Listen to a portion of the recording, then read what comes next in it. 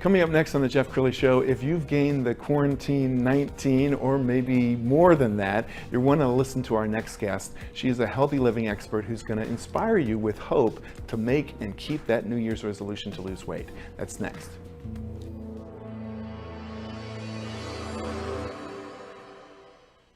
Many are predicting that the worst is yet to come, which is unfortunate, said one person here.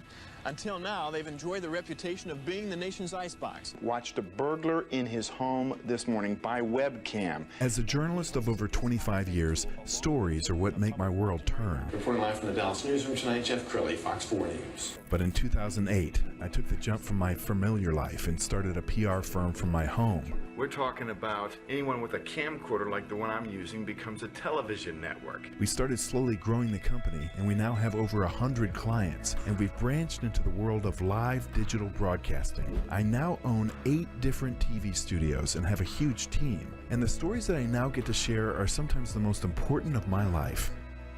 Life has a funny way of coming around full circle. This is the Jeff Crilley Show.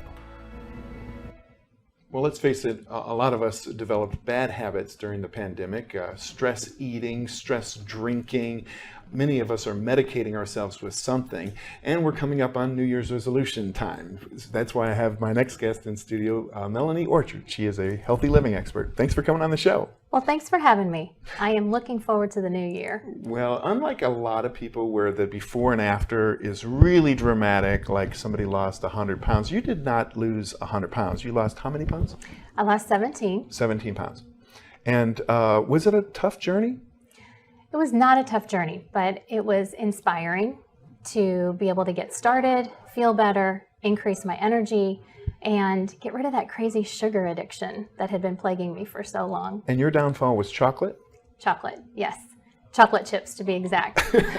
But you were also, you were working out at the time. So you were doing something right. Yes. So I was the first person to say, I know what I need to do. I just need to do it. We got to show the before and after of you because I can see it. I can see it in your face. And that's a 17-pound weight loss? It is. How much time elapsed? 17 pounds. It was about 17 weeks. I took it slow. I got rid of the fat, but in the meantime, I was also increasing my energy, changing my mindset, changing my habits so that I wasn't in a position where it's New Year's Day and now I'm making all of these New Year's resolutions that will probably fall away in the next 3 weeks. Wow. You were telling me before the broadcast that there were times when you just didn't have the energy to play with your kids. Yeah, that makes me sad. So often they would ask me, hey, Mom, let's go ride bikes. Let's go do this. Let's go play outside. And at that time, I was homeschooling 2 of the 3 still. It had been a long day, and I just fell to the couch by midday when schoolwork was done, and there really wasn't anything left to give them other than what I already had. Well, one of the things that impresses me is that your husband has gone along with you on this journey. Let's go ahead and show a before and after of your husband. Tell us about that relationship. Were you each other's cheerleader doing this? So crazy enough, I had already lost the weight, was beginning to coach, and he really had to come to a time where he was ready. So his story is that we had picked up my son from camp, and we were all going on a 3,000-foot zip line. We're walking up the hill to get our gear, and he was told, you'll need to step on the scale. He was disqualified.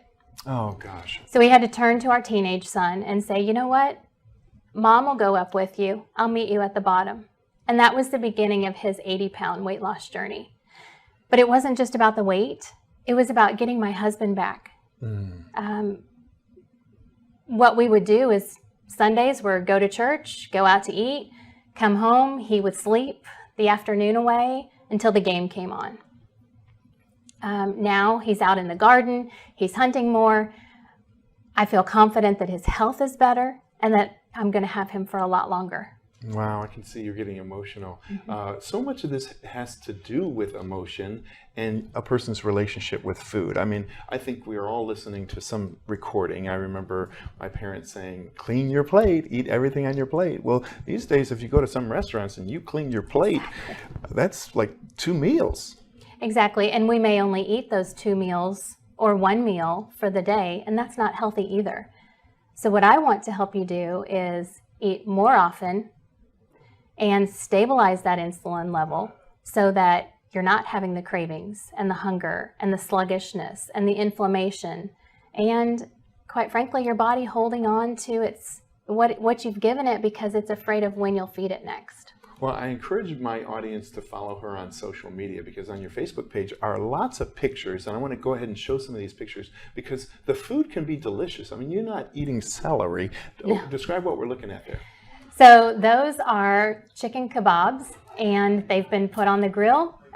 That's a healthy amount of lean protein and a good number of your non-starchy vegetables. Okay, next picture. What's that?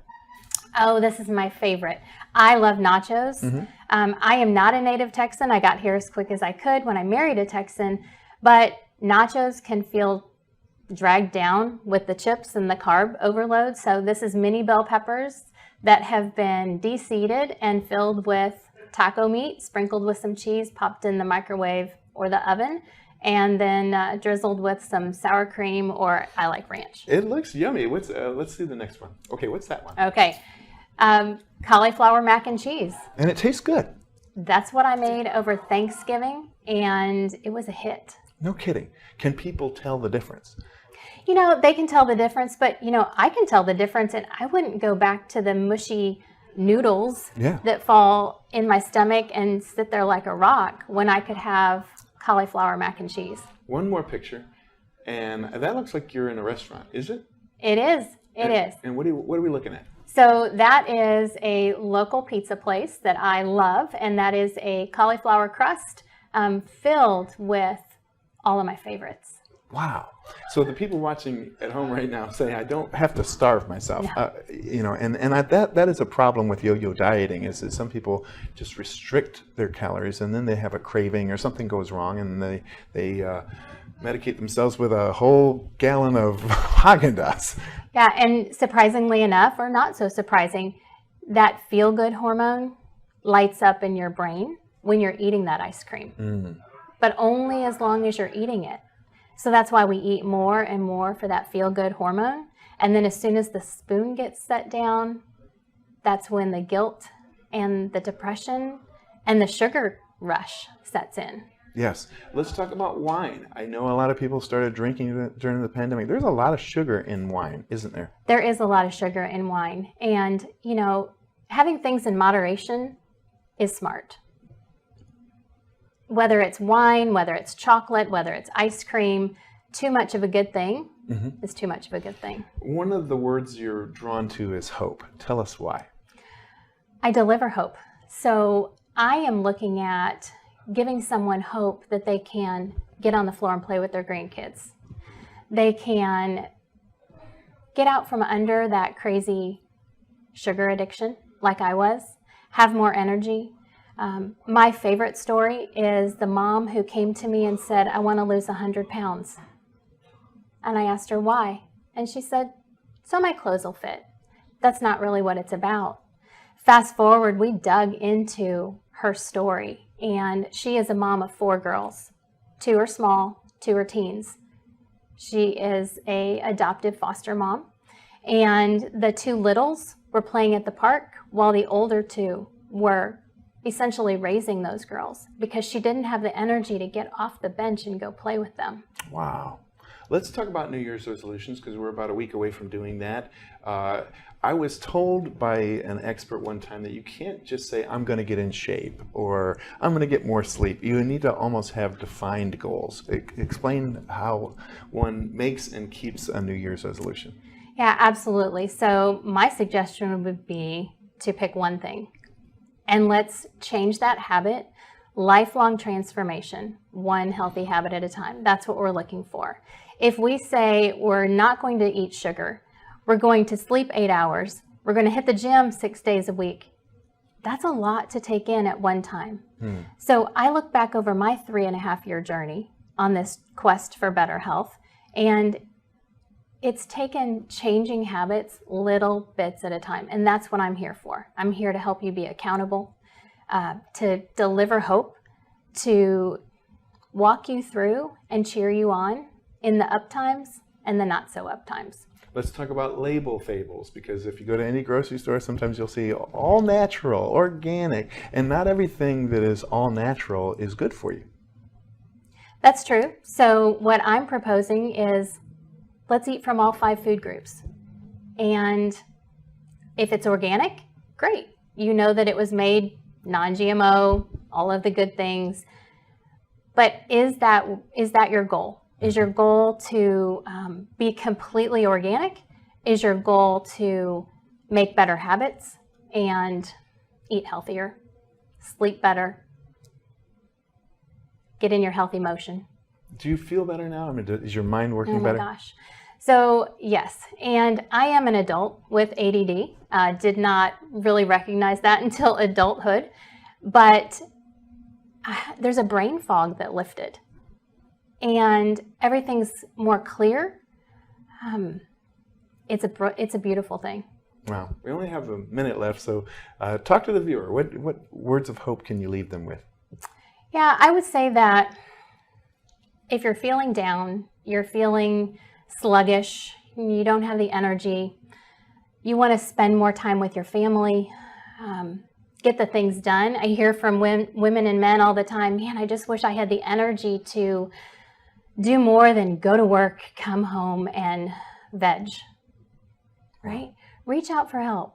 There is so much help out there that I can provide for you in accountability, community, and just a better way.